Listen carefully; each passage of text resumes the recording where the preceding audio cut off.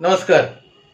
1960च्या दशकामध्ये माझ्या आजोबांचं म्हणजे आईच्या वडिलांचं यशवंत दिनकर करमरकर यांचं बिऱ्हाड चिपळुणातल्या मोडकांच्या चाळीमध्ये होतं आणि या चिपळुणामध्ये माझ्या आजोबांना जीवश्च कंठश्च असे दोन मित्र मिळालेले होते.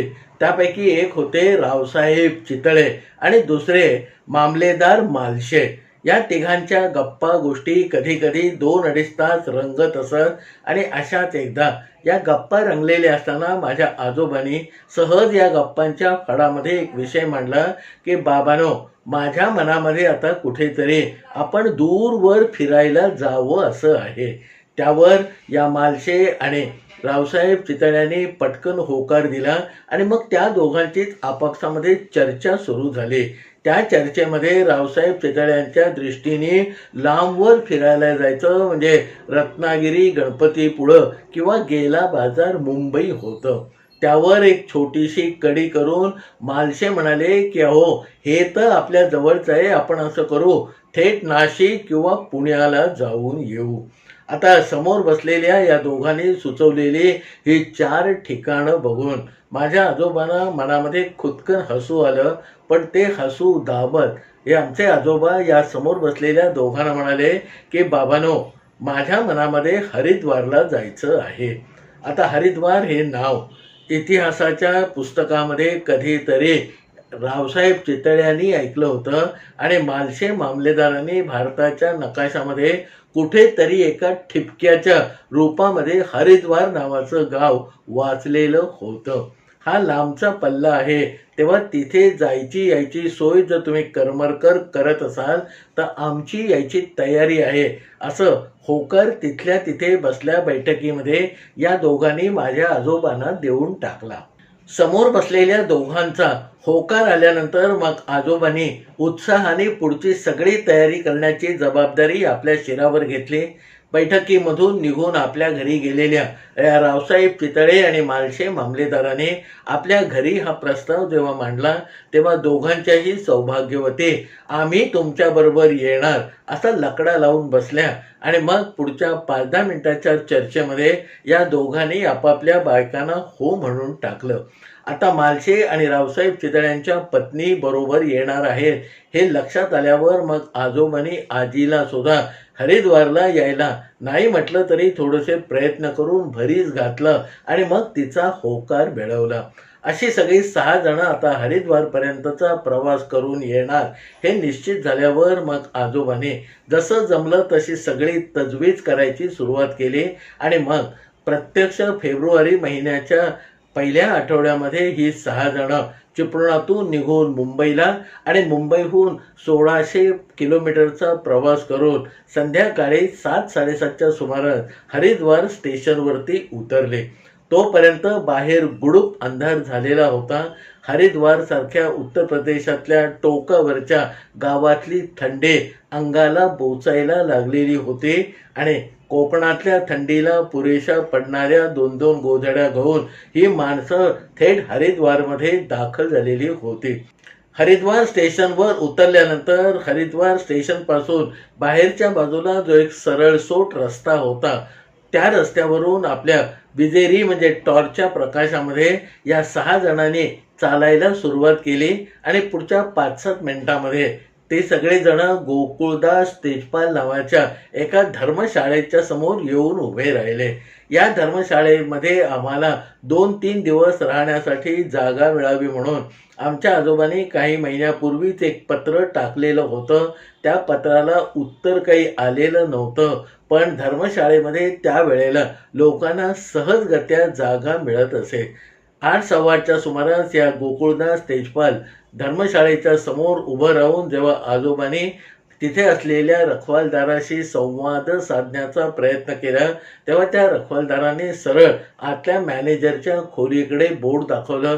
ही सगळी फौज मग मॅनेजरच्या खोलीच्या दिशेने त्या गोकुळदास तेजपाल धर्मशाळेच्या आवारातून चालायला लागल्याबरोबर आतून मॅनेजर उठून बाहेर आले. बहुधा त्यांना बाहेर कुणीतरी यात्रेकरू धर्मशाळेमध्ये खोल्या मागण्यासाठी आलेलं आहे याची चाहूल लागलेली होती. बाहेर आलेल्या मॅनेजरनी आपल्या अंगावर टाकलेली भक्कम शाल सावरत या तिघांकडे एक दृष्टिक्षेप टाकला आणि मग आत जाऊन 2 खोल्यांच्या 2 किल्ल्या या तिघांच्या स्वाधीन केल्या. आपण 6 जण आहोत आणि आपल्याला 2 खोल्या मिळालेल्या आहेत हे लक्षात आल्यावर मग आजोबांनी मालशे आणि रावसाहेब चितळ्यांबरोबर थोडीशी चर्चा केली आणि मग आपण तिघे पुरुष एका खोलीमध्ये राहू आणि आपल्या तिघांच्या पत्नी म्हणजे बायका दुसऱ्या खोलीमध्ये राहतील असा पटकन सगळ्यांना मान्य होईल असा तोडगा काढला आणि मग आपल्या खोलीचं दरवाजा उघडून हे सगळे पुरुष आतमध्ये आले. बायकांना त्यांच्या खोलीची किल्ली दिलेली होती. त्या बायका आपल्या खोलीमध्ये गेल्या. खोलीच्या आतमध्ये शिरल्यानंतर हातपाय स्वच्छ धुवून आपल्याजवळ जी काही शिदोरी होती त्यातलं थोडंसं आपल्या पोटामध्ये ढकलून या तिघे पुरुषाने आपापल्या बिछाण्यावर अंग टाकलं आणि थंडीचा मुकाबला करण्यासाठी चिपळुणातून आणलेल्या 2-2 गोधड्या आपापल्या अंगावर पांघरल्या. पण उत्तर प्रदेशातल्या हरिद्वारच्या त्या वातावरणाचा त्यांना थोड्या वेळाने पुरेसा अंदाज यायला लागला आणि चिपळुणामध्ये जसं हुडहुडी भरते तसं थंडीने हुडहुडी भरल्यासारखं तिघांना व्हायला लागलं. आपण आणलेल्या या गोधड्या या थंडीला पुरेशा पडत नाहीयेत ही बाब तिघांच्या लक्षामध्ये आली आणि मग या कुशीवरून त्या कुशीवर त्या कुशीवरून या कुशीवर करत कुडकुडत कशी तरी तिघांनी ती रात्र काढली. सकाळी थोडं लवकर अंमळ उठून आपापलं स्नान उरकलं आणि मग साधारणपणे 6:45-7च्या सुमारास हे तिघे पुरुष आपल्या खोलीच्या बाहेर आले आणि त्याने शेजारी असलेल्या बायकांच्या खोलीचं दार खटखटलं. लगेच आतून या तिन्ही बायका तयार होऊन बाहेर आल्या. सगळेजण असे आजोबांच्या समोर जमा झाल्यानंतर आजोबांनी सहज म्हणून एक प्रस्ताव ठेवला की बाबा आता कुठेतरी चहा पिऊया आणि मग गंगेच्या दर्शनाला जाऊया. तो प्रस्ताव तिथल्या तिथे या तिन्ही बायकांनी मोडून काढला आणि त्यांना शास्त्र सांगितलं की काहीही न खाता पिता आम्हाला गंगेचं दर्शन आणि पूजन करायचं आहे. बायकांनी मांडलेल्या या प्रस्तावापुढे तिन्ही पुरुषांनी शरणागती पत्करली आणि मग 6 जण गंगेच्या काठाच्या दिशेने जायला लागले. पुढच्या 10 मिनिटांमध्ये ही सगळी जण गंगेच्या तीरावर आली. तिथे तो विस्तीर्णपणे बांधलेला हरकी पौडी नावाचा घाट बघून आणि आजूबाजूचं सगळं सृष्टी सौंदर्य बघून कोकणातल्या निसर्गाची स्तुती करणारे सुद्धा अंमळ आश्चर्यचकित झालेले होते. समोरून गंगेचा प्रवाह धो करत वाहत होता आणि स्वच्छ निर्मळ असं ते पाणी बघून या सगळ्यांच्या मन उल्लसित झालेली होती. मग काठावर बसून आपल्याकडे असलेली फुलं, तांदूळ, अक्षता, पैसे वाहून या बायकांनी गंगेचं पूजन केलं. गंगेच्या पाण्याचे 4 थेंब आपल्या अंगावर उडवले आणि मनाने आत्तापर्यंत आपण जेवढी पापं केलेली असतील त्या पापामधून आपण आता मुक्त झालो आहोत असं एक मानसिक समाधान या तिघी बायकांना लाभलं. पाठोपाठ मग पुरुषांनी जशी जमेल तशी पूजा केली आणि मग आजोबांनी त्यांना सगळ्यांना सांगितलं की बाबांनो आता आपण चांगली ब्लँकेट किंवा गरम कपड्याची दुकानं कुठे आहेत ते बघूया. त्यावर या तिन्ही बायकांनी परत एकदा गलका केला की अहो आपल्याकडे आपण चिपळुणातून आणलेल्या 2-2 गोधड्या आहेत की. हे ऐकल्याबरोबर आमच्या आजोबांनी अशा काही नजरेने आजीकडे बघितलं आणि त्यातून त्या सगळ्यांना सांगून टाकलं की काल आमच्या खोलीमध्ये या 2 गोधड्याने थंडी पुढे निभाव लागला नाही म्हणून आम्ही रात्र जवळजवळ जागून काढलेली आहे आणि मला खात्री आहे की तुमच्या खोलीमध्ये सुद्धा हाच प्रकार घडलेला आहे. मग थोडी भोवती न भोवती होऊन कुठेतरी एका बाजूला असलेल्या गरम कपड्याच्या मार्केटकडे या सगळ्यांची पावलं चालायला लागली. गंगेच्या त्या बांधलेल्या घाटाच्या शेवटच्या बाजूला अगदी बाजारपेठ नव्हे पण गरम कपड्याची अशी 2-3 दुकानं हारीने लागलेली यांना दिसली.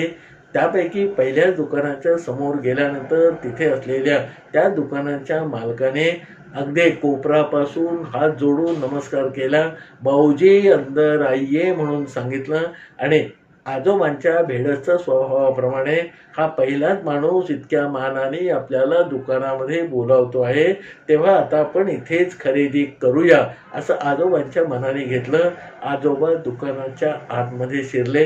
पाठोपाठ उरलेली 5 माणसं शिरली आणि आजोबांनी सगळ्यांना आतमध्ये जाऊन चांगल्या भक्कम रजया, ब्लँकेट, गरम कपडे जे काही मिळेल ते काढून घ्या, कारण इथे आपल्याला अजून 2-3 दिवस काढायचे आहेत. आजीच्या मताप्रमाणे आजोबांना खरेदीतलं काही कळत नाही हे आजोबांना माहीत होतं आणि म्हणून आजीला आजोबांनी सांगितलं की माझ्यासाठी जे काही तुला योग्य वाटेल ते तूच खरेदी कर. असं सगळ्यांना सांगून सगळ्यांना दुकानाच्या आतल्या बाजूला पिटाळून दिल्यानंतर आजोबा त्या दुकानाच्या मालकाच्या समोर असलेल्या स्टूलावर ते स्टूल थोडंसं सरकवून घेऊन बसले. त्या दुकानाचा मालक स्वच्छ गोऱ्या वर्णाचा, थोड्याशा स्थूल शरीराचा आणि कपाळावर मध्यभागे चांगला घसघशीत म्हणावा असा लाल रंगाचा टिळा लावलेला होता. आजोबा बोलक्या स्वभावाप्रमाणे हळूहळू त्या दुकानाच्या मालकाबरोबर गप्पा मारायला लागले. आम्ही महाराष्ट्रातून थेट गंगेच्या दर्शनाला आलो आहोत. इथे गोकुळदास तेजपालमध्ये खोल्या मिळालेल्या आहेत. हे सगळं आजोबांनी सविस्तरपणे सांगायला सुरुवात केली. तो दुकानाचा मालक सुद्धा तितक्याच रसिकतेने जणू काही हे सगळं ऐकत होता. आणि हे सगळं असं संभाषण चालू असताना त्या दुकानदाराच्या पाठीमागच्या भिंतीवर एक फोटोची फ्रेम लटकवलेली होती आणि त्या फोटोच्या फ्रेममध्ये गिरबिटल्यासारखं एक जे चित्र काढलेलं होतं त्या चित्राने माझ्या आजोबांचं लक्ष वेधून घेतलं. त्या फोटो फ्रेमच्या आतल्या कागदावर लिहिलेलं होतं शाहदरा, खाली लिहिलं होतं लाहोर आणि त्याच्या पुढे इसवी सन टाकलेला होता 1940. आता लाहोर 1940 आणि शहादरा हे शब्द वाचल्यानंतर आजोबा त्या चित्राकडे निरखून बघायला लागले. तर इयत्ता 5वी-6वीतल्या एखाद्या मुलाने शिस्पेन्सिलीने एखाद्या घराचं जितपत चांगलं चित्र काढता येईल तितपतच ते काढलेलं चित्र होतं. पण तो चित्राचा कागद मात्र भल्या मोठ्या एका फ्रेममध्ये अडकवून ठेवलेला होता.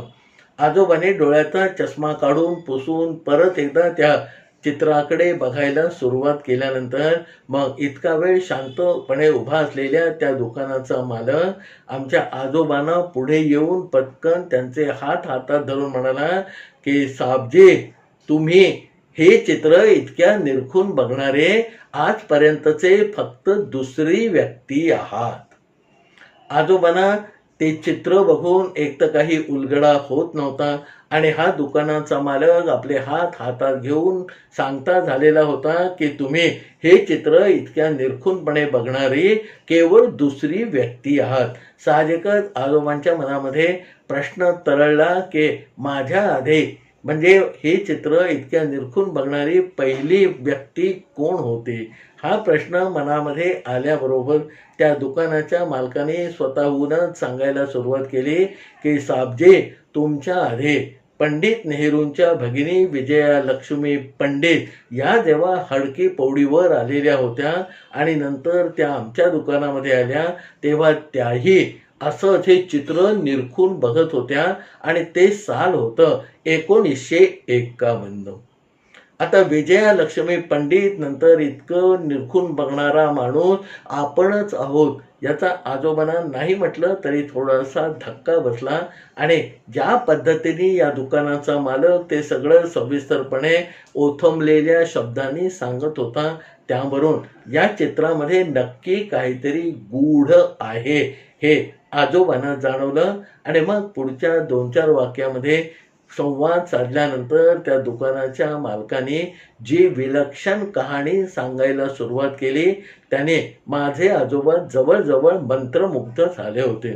त्यांनी सांगितलं की मी रामस्वरूप कोरी, की आम्ही मूळ लाहोरचे म्हणजे आताच्या पाकिस्तानातले. हे ऐकल्याबरोबर माझ्या आजोबांच्या अंगावर सरकन काटा आला. फाळणीनंतर जे काही एकंदर हत्यांचं सत्र आणि आगीचे डोम उसळलेले होते. त्याच्यामधून तावून सुलाखून जीव वाचवून बहुतेक हे कोरी म्हणजे या दुकानदाराचं कुटुंब पाकिस्तानातून भारतामध्ये आलेलं आहे अशी काहीतरी जुळणी माझ्या आजोबांच्या मनामध्ये सुरू झाल्यावर आजोबांनी त्यांना विचारलं की म्हणजे फाळणीच्या दरम्यान तुम्ही इथे आलात का? त्यावर थोडंसं रिलॅक्स होत तो रामप्रसाद कोरी सांगायला लागला की नाही, परमेश्वराच्या कृपेने फाळणीची दाहकता आम्हाला अनुभवायला लागली नाही, कारण 1940 सालीत आम्ही लाहोर सोडलं आणि हिंदुस्थानातल्या या भागामध्ये आलो. फाळणीच्या आधी काहीतरी कारणाने एक माणूस लाहोर सोडून हरिद्वारपर्यंत येतो, हेच आजोबांना थोडंसं आश्चर्य करणारं होतं. आणि मग आता याची कहाणी नीट ऐकली पाहिजे आणि त्यासाठी याला बोलता केला पाहिजे असं कुठेतरी आजोबांना वाटायला लागलं. आणि मग आपल्या नेहमीच्या स्वभावाप्रमाणे समोरच्या माणसाला सहज बोलतं करण्यामध्ये जो आजोबांचा हातखंडा होता तो वापरून त्याला बोलतं करण्याचं काम आजोबांनी सुरू केलं. त्याला फारसं बोलतं करायला लागलं नाही, कारण तो म्हणाला की 1940 साली माझ्या आयुष्यामध्ये अशी एक घटना घडली की त्या घटनेमुळे मी लाहोर सोडून हिंदुस्थानामध्ये या भागामध्ये येऊन पडलेला आहे. आता अशी कोणती विलक्षण घटना याच्या आयुष्यामध्ये 1940 सालीच घडली याचं कुतूहल आजोबांना वाटायला लागलं. रामप्रसाद कोरी तल्लीन होऊन एक एक गोष्ट सांगत होता. तो म्हणाला की लाहोरजवळ शहादरा नावाचं एक छोटंसं कसबा किंवा गाव आहे. तिथे बरीच वर्ष म्हणजे माझ्या आजोबा पणजोबांपासून आमचं कुटुंब राहत होतं. आजूबाजूला 100% मुसलमानांची वस्ती होती, पण त्या शहादरामध्ये आम्ही एकमेव हिंदू कुटुंब होतो. हिंदू आणि मुसलमान असा भेदभाव इतक्या पिढ्यांच्या दिवसामध्ये आम्हाला कधी जाणवला नाही. पण नंतर एक घटना अशी घडली की त्याने मला ते गाव लवकरात लवकर सोडावं असं वाटलं. रामप्रसाद कोरी पुढे सांगायला लागला की माझे वडील नागसेन कोरी हे त्या ठिकाणी हत्यारं म्हणजे शेतीसाठी लागणाऱ्या साधनांचा कारखाना काढून बसलेले होते. कुदळ, टिकाव, फावडे, घमेली, पहारे असं सगळं लोखंडाचं बनवून त्या शहादरा गावामध्ये आणि बाकीच्या गावामध्ये विकायचा त्यांचा उद्योग सुरू होता. त्यांनी हे कसं आपल्या वडिलांकडून म्हणजे माझ्या आजोबांकडून घेतलेलं होतं. या घेतलेल्या कसबाच्या जोरावर माझे वडील आपला प्रपंच व्यवस्थित चालवत होते. माझे वडील तसे आजूबाजूच्या सगळ्या कुटुंबांना माहीत असणारे व्यक्ती होते, कारण पुरुषामध्ये त्यांच्या या एका सवयीमुळे माझ्या वडिलांना दो बिडी म्हणून नाव पडलेलं होतं. माझे आजोबा न चुकता रोजच्या रोज थंडी पाऊस काही असलं तरी काही महिलांची रपेट म्हणजे आजच्या भाषेमध्ये मॉर्निंग वॉकला जात असत. आणि जाताना त्यांचा एक असा नियम होता की घरातून बाहेर पडल्यानंतर ते एक विडी शिलगावत असत. त्याचे झोरके घेत घेत वाट फुटेल तो रस्ता पकडून ते आपली रपेट सुरू करत असत.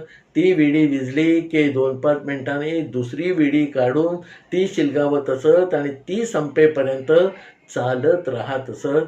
आणि दुसरी विडी संपले की मग तिथल्या तिथे अबाउट टर्न करून माझे वडील परत आपल्या घरी येत असत. आणि 2 विड्या संपेपर्यंत चालणारा हा नागसेन कोरी सगळ्या गावामध्ये प्रसिद्ध होता त्यांच्या एका या सवयीमुळे. आणि त्यांना आपापसामध्ये उल्लेख करताना गावातले लोक दो बिडी म्हणूनच म्हणत असत.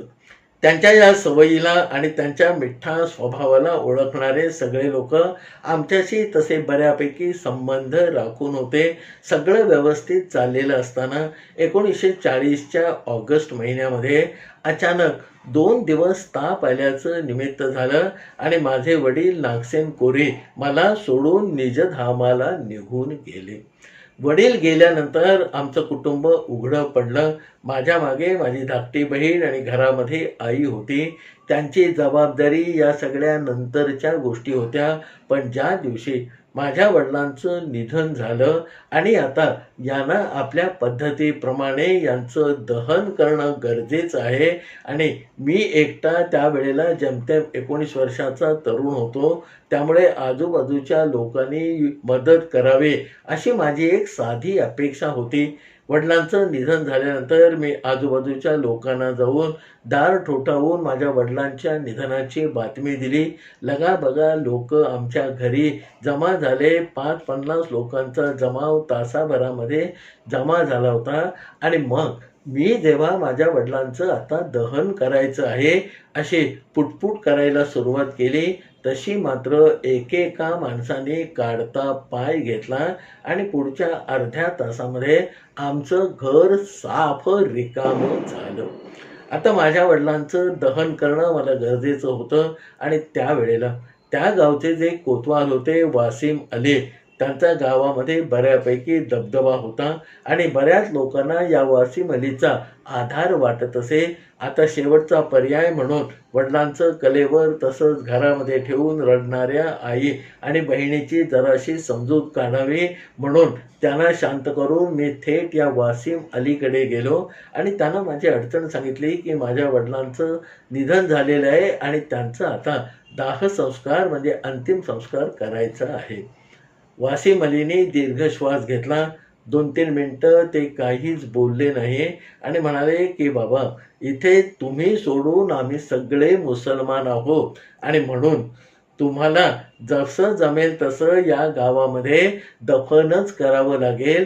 तुमच्या दहन संस्कारासाठी गावातला कुणीही मी कितीही दबाव टाकला तरीही मदत करणार नाही. वासिम अली कोतवालांनी असं स्पष्ट सांगितल्यावर माझ्या पायाखालची धरणी कराली. पण आता याच्याशिवाय आपल्याला दुसरा पर्यायही नाही आहे हेही माझ्या मनाने लक्षामध्ये घेतलं. तिथे 5-10 मिनटं त्यांच्यासमोर अश्रू ढाळून मी त्यांनी मांडलेल्या या गोष्टीला संमती दिली आणि आता घरी येऊन मी माझ्या आईला आणि बहिणीला समजावलं की गावाप्रमाणे आपल्याला वागावं लागेल. इथे आपण सोडून सगळे मुसलमान आहेत आणि म्हणून आपल्याला आता वडिलांना दहनच्या ऐवजी दफन करावं लागेल. तोपर्यंत वासिम अलीने मी दफन करायला तयार आहे ही बातमी आजूबाजूच्या लोकांना कळवली आणि पहिल्यासारखे परत 5-50-60 लोक आमच्या घरामध्ये जमा झाले. अतिशय कठोर मनाने निर्दय आहोत आपण असं मनाला समजावं, पण केवळ नाईलाजामुळे माझ्या वडिलांचं थोड्याशा आपल्या पद्धतीने थोड्याशा मुसलमानी पद्धतीने गावची जी नेहमीची मुसलमानांची स्मशानभूमी होती त्याच्याच एका कडेला एक कबर म्हणजे खड्डा खोदून तिथे अतिशय नाराजीने किंवा हतबलतेने मी माझ्या वडिलांचं दफन केलं. दफन करून 4-4:30 वाजता संध्याकाळी मी परत आलो आणि माझ्या डोळ्यातून पाण्याच्या धारा लागल्या. रात्रभर मला झोप येईना. मध्येच कधीतरी पेंग आली तर मला स्वप्न पडायला लागली की माझे आजोबा माझे वडील मला स्वप्नामध्ये येऊन दूषणं देत आहेत. तू एवढा करता सवरता असूनही चांगला अग्निसंस्कार करू शकला नाहीत असं काहीतरी मला त्या झोपेच्या अवस्थेमध्ये दिसत होतं. आणि रात्री 2 वाजता अचानकपणे मी एक निश्चय केला आणि आमच्या घरामध्ये जी तिजोरी होती त्या तिजोरीच्या किल्ल्या बाहेर काढल्या. ती तिजोरी किल्ली लावून उघडली आणि दार तिजोरीचं नुसतं बंद करून बाहेर पडणाऱ्या पावसाची रिपरिप सुरू असतानाही आमच्या तिजोरीच्या किल्ल्या घेऊन ज्या ठिकाणी दुपारी वडिलांचं दफन केलेलं होतं त्या स्मशानामध्ये मी गेलो. बरोबर नेलेली एक पहार आणि घमेलं यांच्या जोरावर मी माझ्या वडिलांची कबर उकरून काढली आणि तिजोरीच्या किल्ल्या त्यांच्या खमीस म्हणजे शर्टाच्या खिशामध्ये टाकल्या आणि बाजूची एक कबर उकरून त्याच्यामध्ये माझ्या वडिलांचं कलेवर टाकलं आणि दोन्ही कबरी परत बुजवून मी गुपचूपपणे घरी आलो. माझ्या मनामध्ये काहीतरी एक विलक्षण अशी कल्पना जागृत झालेली होती आणि त्या कल्पनेच्या अंमलाखाली रात्री 2-2:30 वाजता निघून मी हे धाडस करून आलेला होतो. दुसऱ्या दिवशी सकाळी 10-10:30च्या सुमारास मी परत एकदा त्या गावचे शहादराचे जे कोतवाल होते वासिम अली त्यांच्याकडे गेलो आणि रडत भेकत त्यांना विनंती करत सांगायला लागलो की परत एकदा माझ्या वडिलांची काल आपण बुजवलेली कबर उघडायला लागेल, खोदायला लागेल. वासिम अलीने मोठे डोळे करून माझ्याकडे का म्हणून विचारलं. तेव्हा मी त्यांना सांगितलं की आमच्या घरामध्ये चीज वस्तू ठेवण्याची जी भक्कम तिजोरी आहे त्याच्या किल्ल्या माझ्या वडिलांच्या खिशामध्ये राहिलेल्या आहेत.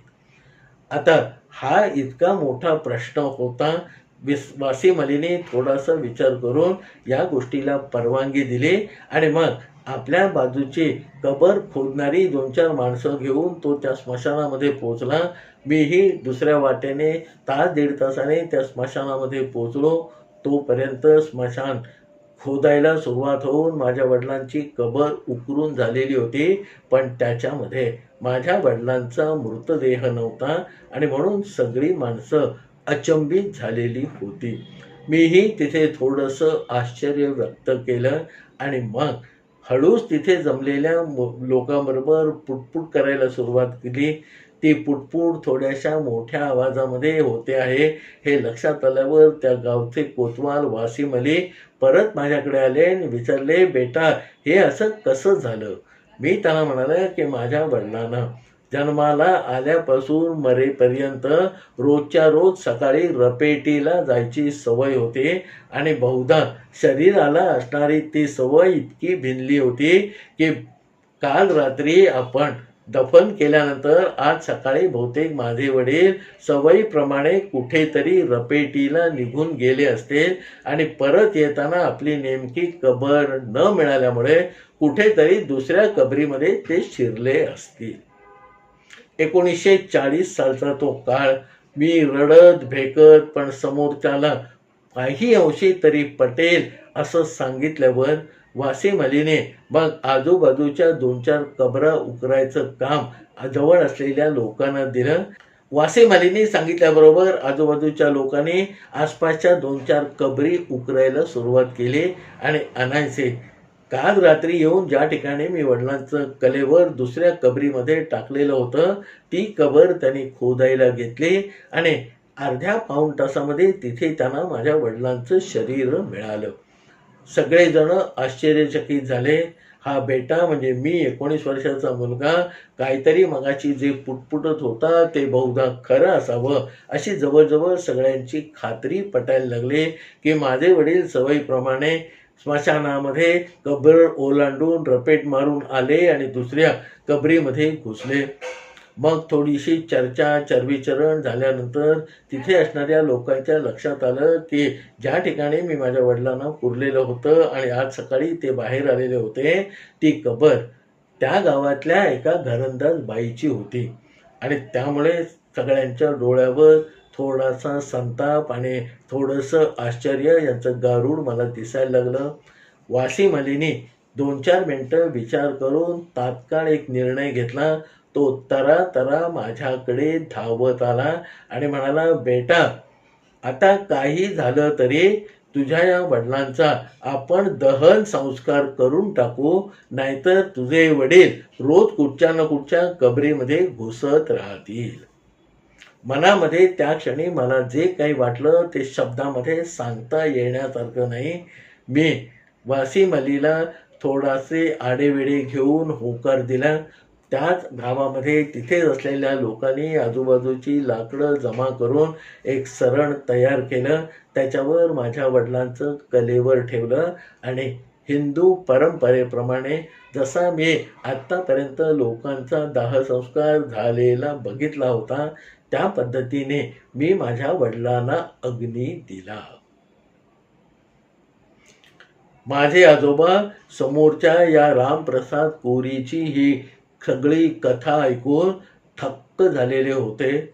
त्यानंतर तो कोरी रामप्रसाद माझ्या आजोबांना म्हणाला की त्याच्यानंतर आम्ही गावामध्ये काही महिने राहत होतो. पण न जाणो आपण केलेला हा प्रकार जर उघडकीस आला तर मग हे आजूबाजूचे सगळे लोक आपल्या 3 माणसांचं म्हणजे माझं, बहिणीचं आणि आईचं शिरकाण करायला मागे पुढे बघणार नाहीत हे मला जाणवलं. आणि मग वासिम अलीचा सख्खा भाऊ जो अनवर अली होता त्याला थोडंसं गोडी गुलाबीने घेऊन मी माझं घर, वडिलांचा कारखाना, आजूबाजूला असलेली शेती वाडी हे सगळं 9,000 रुपयामध्ये विकून टाकलं आणि आई आणि बहिणीला घेऊन 1940 साली लाहोर सोडलं. सत्य हे कल्पनेपेक्षा अद्भुत असतं, हा माझा जो ठाम विश्वास आहे. त्या विश्वासाला पुन्हा एकदा बळकटी देणारी माझ्या आजोबांनी हरिद्वारला साक्षात एका मुलाने त्याच्या वडिलांच्या एकंदर दहन संस्काराबद्दल सांगितलेली ही सत्यकथा. या कथेबद्दल आपल्याला काय वाटतं ते खालच्या कॉमेंट बॉक्समध्ये लिहून जरूर माझ्यापर्यंत पाठवा. आपल्याकडून आलेल्या प्रत्येक प्रतिक्रियेचं माझ्याकडून स्वागतच आहे. आपल्याला आवडलेली ही कथा जरूर इतरांपर्यंत पाठवा. या माझ्या व्हिडिओला लाईक करा आणि अजूनपर्यंत आपण माझ्या या चॅनलला जर सबस्क्राईब केलं नसेल तर तेही करून टाका.